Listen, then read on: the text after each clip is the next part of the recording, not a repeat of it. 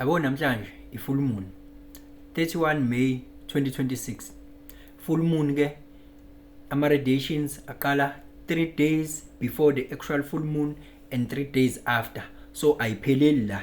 Nakusasa kusobe kuseyiyona na 3 days after. Still you can still practice the full moon rituals mangabe ukuthi akugejile ngomhla 31 May. Yabona ke i-full moon isikhathi sokurelease ukudala. It's not to start something new but to release the old energy, yabo. Ngibheke nalo nkulumo. Sometimes kuyenzeka uthola ukuthi you have outgrown people and situations and when now you are overstaying now, yabo. To the point ukuthi if you are overstaying endaweni noma ebantwini where when you have outgrown them, you'll find yourself correcting them and they think you are crazy. Why? Because now when we are opened up to a different dimension in life, and they are not wrong to say when now we are crazy because you know things that they do not know. When now you are operating on a different dimension, yours is not to correct them, to fix them because they don't see what you see. When yours is to move and operate to that dimension and mix up with those people. Even the people that you love so much, that are immediate to you, you can outgrow them to the point that they are becoming a stumbling block in your own life. Ngalesi sikhathi ubingelelo changes akasha uthi ngenzeka noma yini noma inini noma kanjani kunoma ubani ngoba impilo ayisiyona lento ocabanga ukuthi iyona. Possibilities are infinite in the universe. Your own consciousness is your own limitation. Kukude lapho esisuka khona futhi kukude lapho esiya khona. Beka phansi umoya ungatatazeli, uyabona. Right. Even abantu nje othola ukuthi ubakhonzile uyabathanda, they are your friends, they are your partners, they are whatever they are in your life. But you find that no, you have outgrown these people, yabo. You have outgrown them. Now I think uyabona ukuthi ukuba nabo angazi ukuthi ungaba nabo isikhathi esincane because you are opened up to a different dimension, yabo. So yabona ungathola mhlambe usesontweni, we have outgrown indaba yesonto.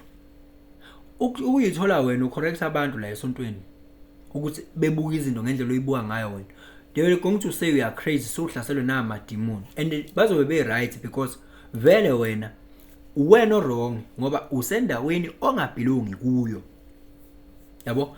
Ngeke uvele usuke nje wena uyofuna la kudayisa khona ukudla mhlambe nje njengase Kentucky lapha, wena uyahamba uyofuna ijezi eKentucky, yabo. Usendaweni wrong lapha yabo, usendaweni wrong. Wena lapha kumele ngabe ufuna ukudla, wena usendaweni wrong. It's not that bona ngeke bekwazi ukulidayisa ijezi njengamanje abalidayisi, yabo. Wena wrong. Zikhona izitolo eziwadayisayo amajezi emele ngabe uthenga khona. Zikhona izindawo bekumele ngabe ukhuluma lezi zinto zakho uzikhulumayo, wenza lezi zinto zakho zenzayo. Hayi la. Because la asivulelekile kuleyo dimension thina. Now you have outgrown that place. You have to move. Sometimes learn to let things go and accept. Because I have outgrown this situation. I have to move. To get that. To the point of which even your partner, your life partner, you can outgrow your life partner. To the point of which he or she becomes a stumbling block, yabo, in your spiritual attainment or personal development. You have outgrown, you are opened. Impilo isebenza ngama dimensions, good people. Isebenza ngama dimensions. Njengoba nazi ukuthi yonke into operator ngama levels, yabo. Operator ngama levels. Kune dimension ethile wena usuvuleleke kuyo, abanye abasuke bengakafiki kuyona. So mangabe wena uzovulelela kwi dimension ethile ubu operate endaweni ethile, lapho uzobe ukuthi wena uyahlanya, and of which that's correct, that's philosophically correct. Yabona umuntu lo esithi uyahlanya thina sikule dimension esikuyona, sithi uyahlanya lo hambe kunima yedwa wenza zonke izinto. Lo muntu operator kwenye dimension mentally, but physically operator kwenye dimension futhi. Enye dimension le enolunye uhlobo labantu but yena la operator kwenye dimension futhi, yabo, of which angeke umuntu operator kule dimension yakhe azasho ukuthi uyahlanya because they are in the same dimension, yabo, babuka izinto, babona izinto ezifanayo ngendlela efanayo. It's all about dimensions. If you have outgrown people and situations, move, because uzoba imbuzi emagusheni, bazokuxwaya ukuthi wena ungafike uhlale emjondolo, uhlale nabantu emjondolo, kubalabo bantu labo ba opened up to a different dimension. Kune dimension aba operator kuyo labo bantu labo. Wena mufika kulabo bantu labo, ufika uzobatshela into kunento wena ungathi bese mjondolo lapho bekhona, wena ufika uzokhuluma izinto ezithile, bazokutshela ukuthi uyahlanya. Good people, ngesingeke kuphike, hayi ukuthi sithatha kancane abantu abasemjondolo, cha.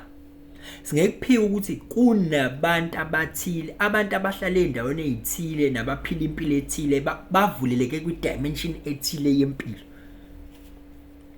Uma uvuleleka kwi dimension ethile, impilo yakukhipha lapho, awu resonate nalabo bantu.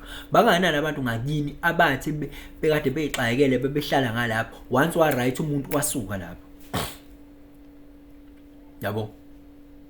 Khona indawo ngathi wena uma ukwi dimension ethile uyithola uyophila khona, bangafe bexwaye wena, uthola ukuthi uyasuka nje wena uyohlala eSentini noma uyohlala ndawana thile koZimbali wherever la ningahlala khona lezi zomntaka abantu.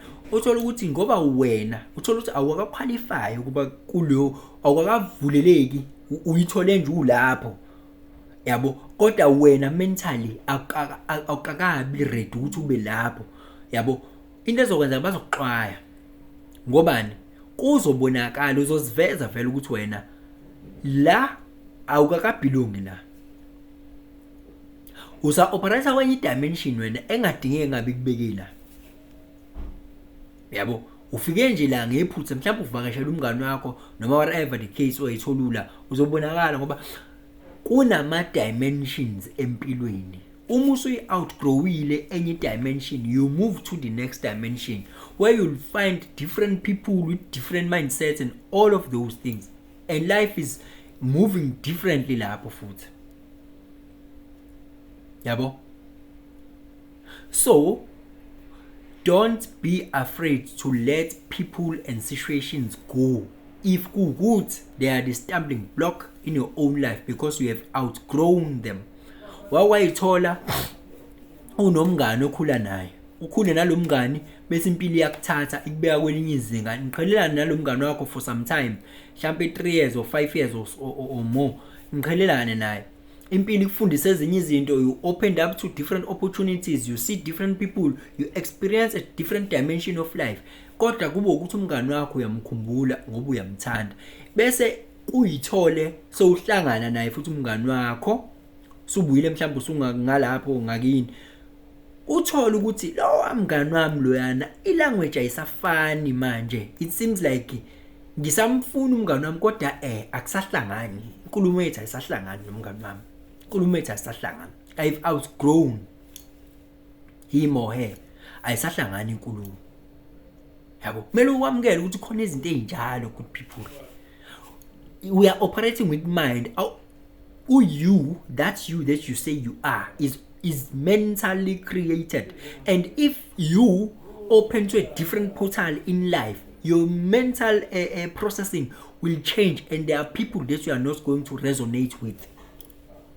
Uthola ukuthi wena usuke dimension ye business but you are still staying with people of salary. What do you think is going to happen? Because now you are thinking as an employer, they are thinking as employees. Do you think these people are not going to say you are crazy? They are not going to say you will talk things when you want to take such risks and do this and that. But these people, they are comfortable in the salary. Do you think they are not going to say you are crazy? You have outgrown them.